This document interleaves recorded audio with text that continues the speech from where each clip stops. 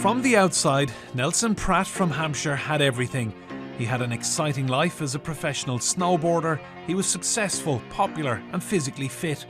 Last summer, the 33-year-old found himself struggling with moderate depression. So he went to a GP, was given a questionnaire to fill in and told to come back a fortnight later if he didn't feel any better.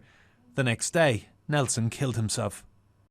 Outwardly, Nelson was a hugely fit and healthy 30-year-old who, to all intents and purposes, seemed to have life. He seemed to have everything really. A great family, a great sporting life. He was on paper he seemed very well, but I've come to realise that statistically, there's a huge risk, obviously, with men of this age. According to the latest figures, the number of suicides across the UK rose significantly in 2011, with more than 6,000 people taking their own life. And the highest number were male suicides, more than 4,500. That's a rate of 18.2 per 100,000 people. And the highest rate recorded was men aged 30 to 44, with more than 23 suicides per 100,000 people in the country. The reasons range from the economic climate to social factors like work and housing and social isolation to substance misuse.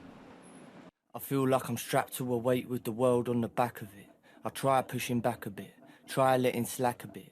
The charity Campaign Against Living Miserably says suicide is now the biggest cause of death in young men in this country.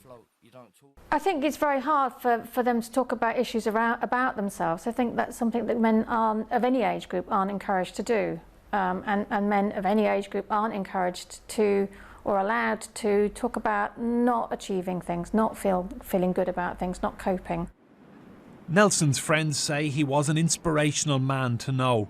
They hope that his story might convince other men who are struggling to share the burden. Enda Brady, Sky News.